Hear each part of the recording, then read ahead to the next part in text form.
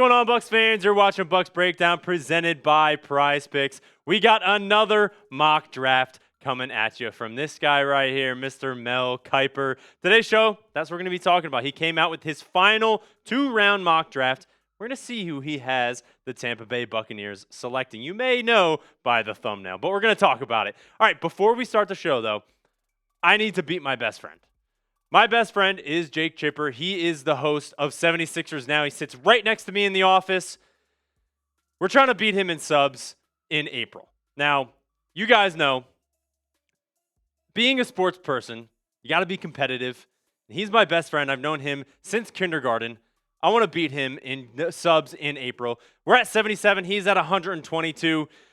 We got to help. We got to get there. We got to beat him. Help me beat my best friend. What do you get in return? Some free, fun Bucs content. So if you haven't already, hit that subscribe button for $0, and let's get on to today's show after we beat my best friend. All right, with pick number 15, Mr. Mel Kiper has Kenyan Sadiq going to the Tampa Bay Buccaneers. We are very familiar with Kenyan Sadiq. Now, a lot of you in the comments section are more towards the edge section, and a lot of people and a lot of Bucs fans are talking about, we need to go defense, and that needs to be our priority.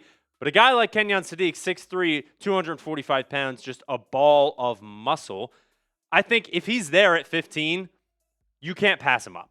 And I've said this countless times. You can put it on a recorder. He is the only offensive player I'm taking at 15. If he's not there, I'm going defense, best player available. But Mel Kiper on why he selected Kenyan Sadiq, and his other mock draft, he had the Bucs selecting Kenyan Sadiq as well, but he sort of had some reasons why he did. He said there's a chance we see more 2 tight end sets in Tampa Bay with offensive coordinator Zac Robinson, his offense coming to town, and the loss of wide receiver Mike Evans in free agency. So I'm not sweating the Cade Otton re-signing as a major deterrent to the Bucs looking at Sadiq as an option in the middle of round 1. Sadiq is the clear top tight end in the draft class, and he was one of the biggest winners of the combine, running a 4.39 in the 40-yard dash, 241 pounds, and leaping 43.5 inches in the vertical. That explosion is obvious on tape too. He has 560 receiving yards last season, and a lot of that came after the catch. The guy can go up and get the ball. He makes big plays. He's a 3-level ability in the passing game. Like, you can put him anywhere, and we'll get to that in a second. He can improve a little bit as a blocker, but I was talking to our Oregon Ducks channel host, and he was talking about he can block well. He didn't have a terrible PFF grade, but you can put him out anywhere on the field, and we have Cade Otton for blocking, but at the same time, he's not terrible at it, and he's not a liability in the run blocking department, but that is something that he could get better at. Is he more of, on the line, and that's where maybe he's not blocking a ton because he's not directly on the line, and that could be true, but if you look at this map right here, it's going to be a little bit confusing. I know those, if you can see on screen, at the bottom there, it's, slot, wide receiver, inside, so if you can tell, he's more in the slot. In 69 snaps, receiving snaps, this is on passing plays, he's more in the slot on the right and on the left, but he still has a little bit more inside on the line as a tight end next to the tackle. So it's not uncommon. Yes, they used him more in the slot, but if you look at the wide receiving department right now, or the depth chart, the depth chart right now, if you want to move Emeka Egbuka outside, move Jalen McMillan outside, and keep Chris Godwin in the slot, you could 100% use Kenyan Sadiq as a target for Baker Mayfield. Don't get me wrong. I see a lot of people talking about, we already have Chris Godwin in the slot. We already have Emeka Egbuka that slot targets. You lose one playmaker, you gain a different one. So you can move around our targets and our weapons to make Kenyan Sadiq a viable offensive weapon for Baker Mayfield. Now, next, I want to talk about an impressive part about Kenyan Sadiq in 2025, but I do want to give a huge shout out to today's presenting sponsor, and that is PrizePicks. I use PrizePicks. I think you should too. It's a Great way to make some money in the sports season, and I want to tell you about it today. Now, today's show is sponsored by PrizePicks, America's #1 sports picks app, as well as mine. It's playoff time for basketball. The baseball season is fully underway, and there is no better place to win some money than with PrizePicks. PrizePicks is America's #1 sports picks app, and it's the best place to win cash while watching sports, which is why I've been using it since 2022. You guys got to get on the wave. Now, if you want to see my profiles and picks, you're in luck. With the new social feeds feature, you can follow me on the app. Just look up @ReedBarkus to see all my lineups. The app is super simple to use. Just pick more or less on a few players' stats and lock in your lineup. For example, I have this lineup for tonight's playoff basketball game. $10 to win $32.50. Now, I have Jalen Green less than 20.5 points. I don't trust him in the playoffs. Stephen Curry, are you kidding me? We can't rule out Wardell Curry. Give me the more on 4.5 3-pointers made. That's a demon pick, so it'll pay out a little bit better. Now, if you want to fade my picks, tail my picks, please just do it on PrizePicks. And if you're a new user, PrizePicks has a great offer for you. Download the PrizePicks app today with the link in the comments and the description and use code HMA and you'll get $50 in lineups after you play your first $5 lineup. Don't forget, that's code HMA to get $50 in lineups after you play your first $5 lineup. PrizePicks, it's good to be right. Please go over them. They are a great, great, great company. I love PrizePicks. You should too. Now, getting back to Kenyan Sadiq. His stats in 2025, yes, they're very good. Now, nothing popping off the page, but as a tight end, he's very good. I mean, 560 yards. Those 8 touchdowns are huge. Obviously, those 6 drops, not great.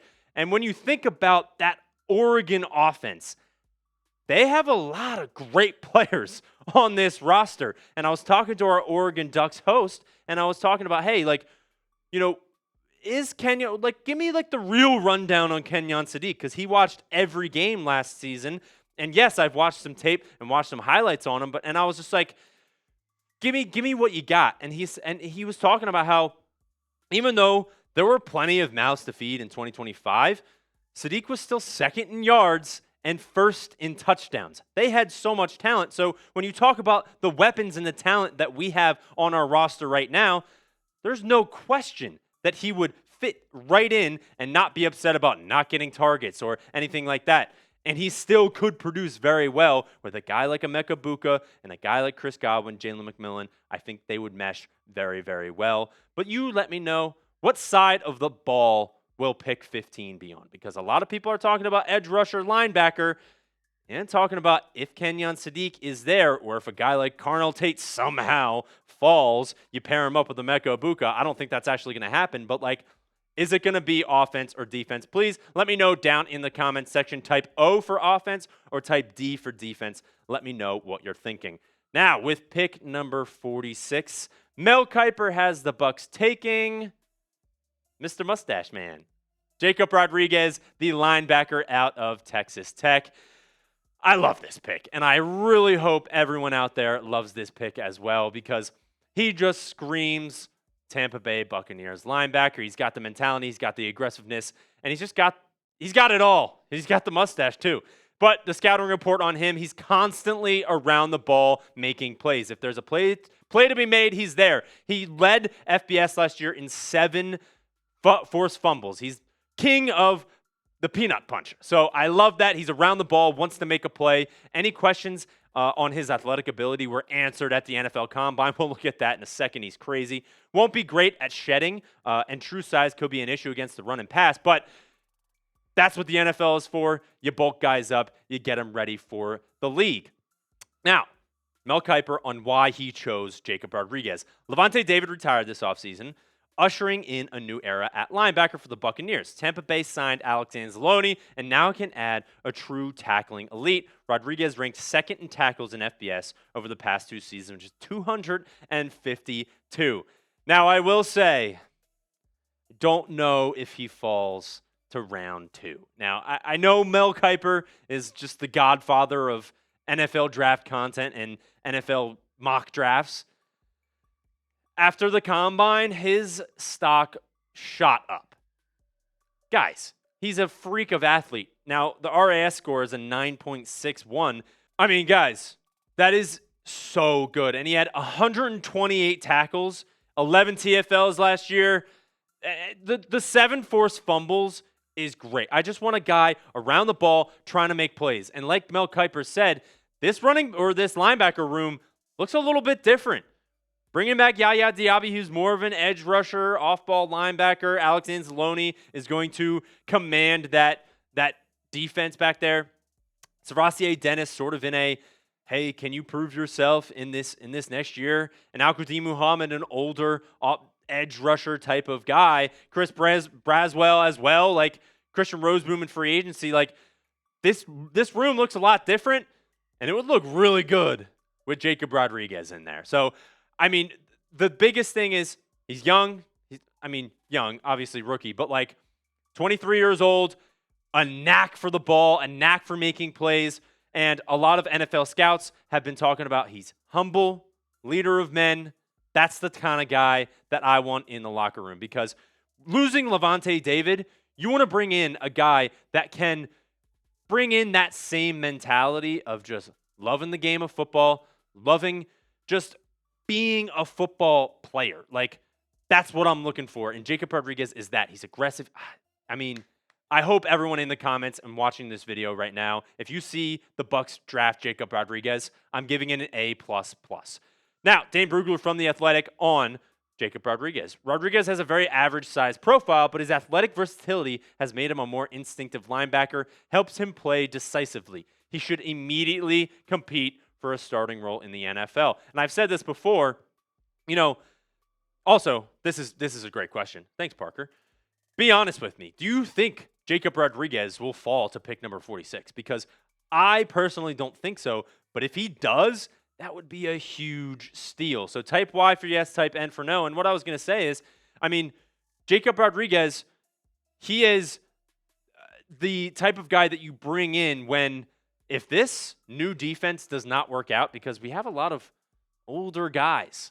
If we're taking a shot on some of these guys and it doesn't work out, you're not, in a hole or whatever, and you bring in a guy like Jacob Rodriguez, he can take over that defense after a year or two. So I think this would be a great pick if he is there. So let me know if you think he would be there at 46. Before we end today's show, I just want to give a shout out to a commenter, because if you subscribe to Bucs Breakdown and you comment on videos, I could give you a shout out at the end of the video. So shout out to Aaron Lamaster for talking about, he said, hey, Mr. Bucs now, good trade. Finally, something I can agree with. Now, this was about the mock draft that I did on my previous video where I traded with the Texans to go back and get a couple extra picks. And so he said he liked it. So I gave him a shout out. Thank you so much. If you haven't already, make sure to hit the subscribe button to get shouted out like Aaron. Shout out to PrizePicks for sponsoring today's video. And as always, fire the cannons.